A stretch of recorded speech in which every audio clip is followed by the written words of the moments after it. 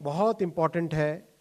Telecom में एक बड़ी इश्यू आती थी, किसी भी पॉइंट पे डिस्प्यूट अगर होता है, उस डिस्प्यूट को कैसे सॉल्व करें।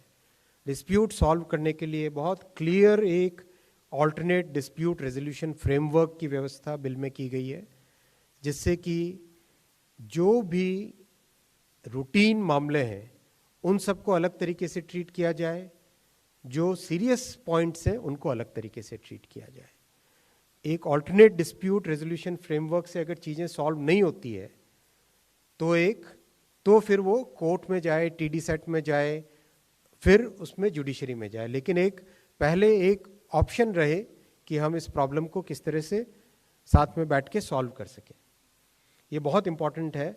और एक सेकंड जो सिग्निफिकेंट इम्प्रूवमेंट है, प्राइम मिनिस्टर साहब ने बहुत ही बारीकी से इस चीज़ में हमको गाइड किया था कि वॉलंटरी अंडरटेकिंग मैकेनिज्म, मान लीजिए रूटीन में कि भाई 10 तारीख तक एक फॉर्म भरना है और एक रिपोर्ट सबमिट करनी है, 10 की जगह वो 12 तारीख हो गई, तो जो एग्जिस्टिंग व्यवस्था है उसमें 2 दिन के रिपोर्ट सबमिशन पर भी बड़ा फाइन लगाने की, पेनल्टी लगाने की संभावना बन जाती है, क्योंकि कोई डिफ्रेंशिएशन नहीं है कि भाई रूटीन क्या है और सीरियस मैटर क्या है, ऐसा डिफ्रेंशिएशन नहीं है। इसीलिए वॉलंटरी अंडरटेकिंग मैकेनिज्म किया गया है कि भाई अगर 2 दिन लेट हो गया तो ये पेनल्टी भरी और रिपोर्ट अपना सबमिट कर दिया। ऐसा नहीं हो कि उसके लिए भी जजेस की जुडिशरी में जाए, उसके लिए भी लॉयर हायर करने पड़े, उसके लिए भी बड़ा डिस्प्यूट हो।